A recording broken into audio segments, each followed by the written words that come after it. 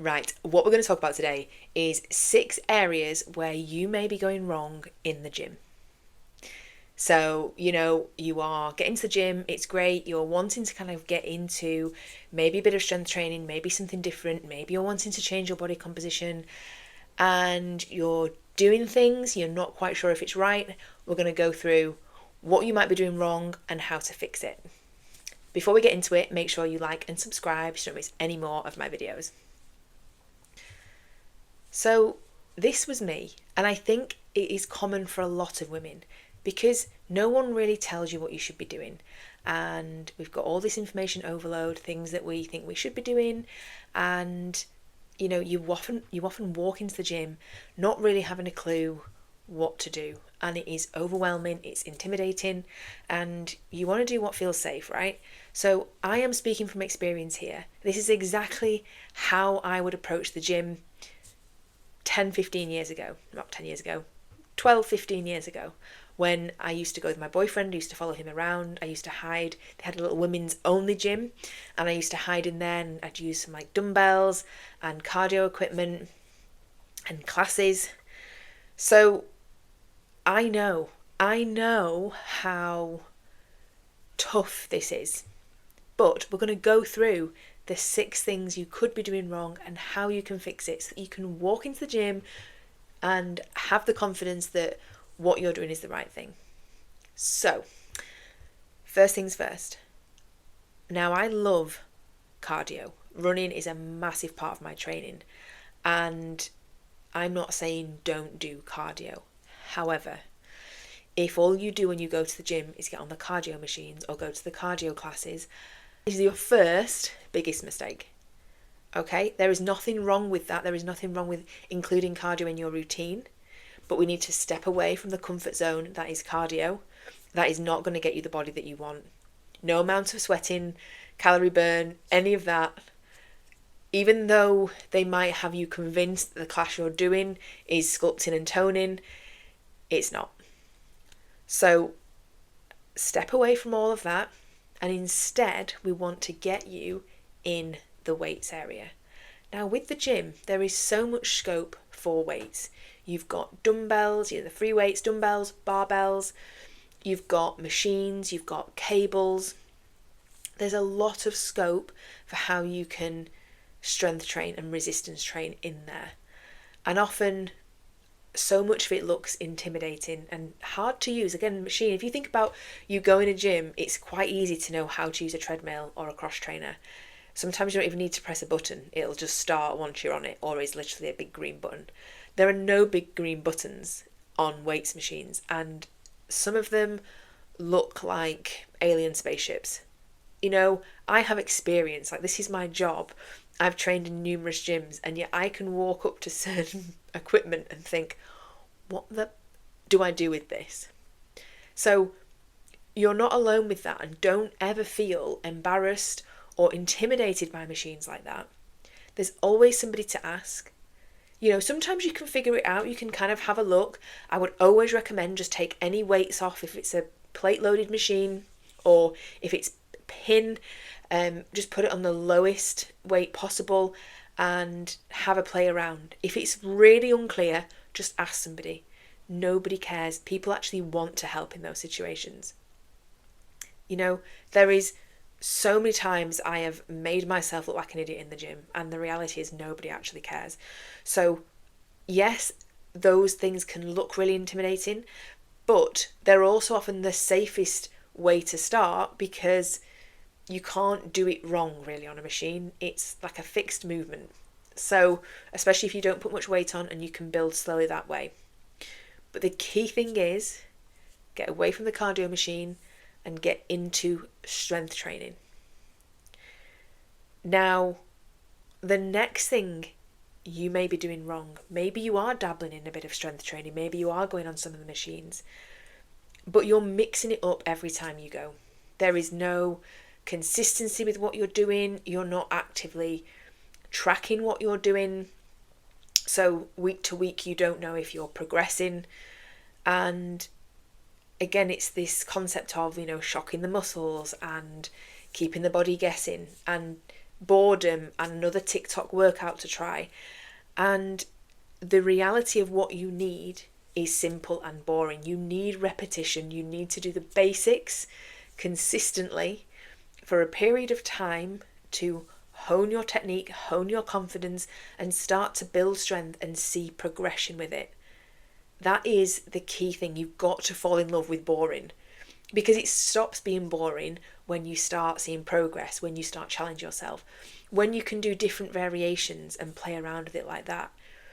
But you have to go through like a foundational phase of just, going through the basics, a squat pattern, some kind of hinge pattern, rows, presses, pull downs. Get used to all those things. That is the way that you are going to see changes in your physique and start feeling good in yourself and feeling confident in the gym environment. Jumping from machine to machine every time, doing a few reps here, a few reps there, isn't going to build the confidence or the strength or the knowledge. Then we've got with that, again, maybe you're in there, maybe you are being a bit consistent and doing similar movements. But the next mistake you're making is choosing lightweight and high reps all the time.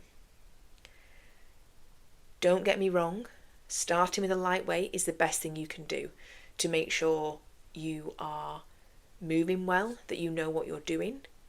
However, once you are, pretty confident that you are doing the right thing, nothing's hurting, maybe you're doing a squat and you're thinking, actually, I'm feeling this in my legs, this is good. You maybe can see yourself in the mirror and you're still using a 5 kg dumbbell. Again, that is not going to get you the progress that you want. We need to get you lifting. And I'm not saying go from a 5 kilo dumbbell up to a 25 kilo dumbbell, but start pushing it. You will be surprised, especially movements for your lower body, how much you are able to do. Once you, again, have built that baseline, have some confidence, you know what you're doing in terms of the movement pattern. But if you are constantly just showing up using these light weights and sort of doing high reps, and the only reason you're stopping is because you may be hitting like 20 reps or 15 reps, and maybe it's burning a little bit, maybe you're just a bit tired, I've done 15, that's enough. That isn't what's going to get the result. What's going to get the result where you start seeing your body changing is you really pushing yourself with the weight and challenging yourself with those movements. You should be getting to the last couple of reps and it feels tough. You should be slowing down, thinking that you can't do much more. Not just like, it just feels a bit burny. My legs are a bit sore. No. And again, it takes practice, this. But each time you go to the gym, you want to be thinking, can I up the weight a little bit? And sometimes the dumbbell increments are quite big jumps, especially if you're doing more upper body movements. But still, we shouldn't be going super, super, super light for a long period of time. The next thing that you might be doing wrong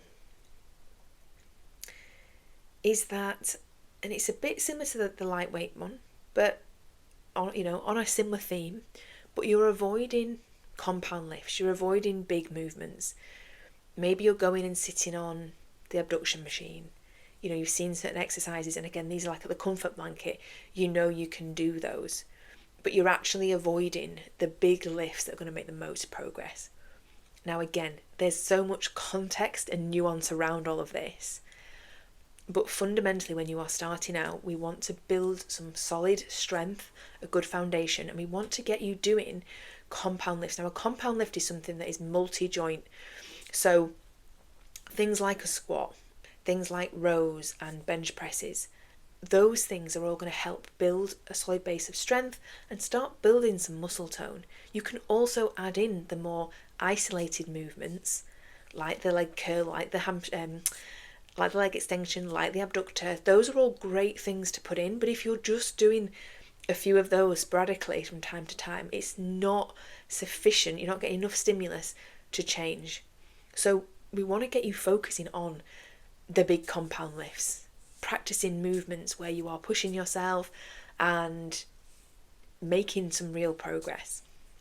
The next thing, number 5, is that you're afraid of failing. you don't want to try the heavier weight, you don't want to try a certain movement because you're scared that you won't be able to do it. Or maybe you are using lighter weight because you're scared of dropping the dumbbells on your face or not being able to get back up once you've squatted down with the dumbbell. And this fear of failing is holding you back. We want to see you pushing yourself. Again, this is how you make change. So, and like I say, I'm not saying like jump up massively in weights, but be prepared to give something a go and it not quite work out right. Again, one of the things a lot of women are guilty of is, and there's nothing wrong with wanting good form, it is key, we should be aiming to have good form, but a lot of women will prioritise trying to have their form perfect rather than sort of grinding the reps out. Whereas men are more comfortable, bit shoddy form, but they'll push the weight and kind of, give it a go. And you need a bit of that. You need a bit of, maybe this isn't going to look as clean as some of the previous reps I've done with a lighter weight, but I'm going to give it a go and see how it feels. Because you only know what your limits are if you try. And the sixth one is you're used to chasing calorie burn, exhaustion, soreness. And if you don't feel those things, you don't think it's an effective workout. So you try and add that in. So again, we often see women creating circuits out of strength movements. And again, there's nothing wrong with that from like a cardio perspective. But if you're trying to change your physique, build some strength, build some muscle tone, then you shouldn't almost be feeling exhausted and really sweaty and your heart rate super high. You might have peaks of it whilst you're doing the movement and then rest. And sometimes you might be resting 2 to 3 minutes to be able to go again at the same intensity. It's not about chasing this calorie burn and this constant exhaustion, and that can be really hard to get away from. I certainly remember this. I used to go to this like Warrior Fit class back in the day, and I loved it because I felt really fit, and I thought, I'm doing weights because there's like body pump style squats in there, but it was just cardio. It was just burn and exhaustion and getting a sweat on. So we need to get away from the idea of turning strength training into that. It needs to be its own thing. And again, there's ways of manipulating certain things along the way, but the key focus should be on practicing, pushing yourself and getting sufficient rest that you can go just as hard and go again. Those are 6 things that you can potentially look at changing and how you might go about that and how you need to approach that. I hope it's been helpful. Let me know below.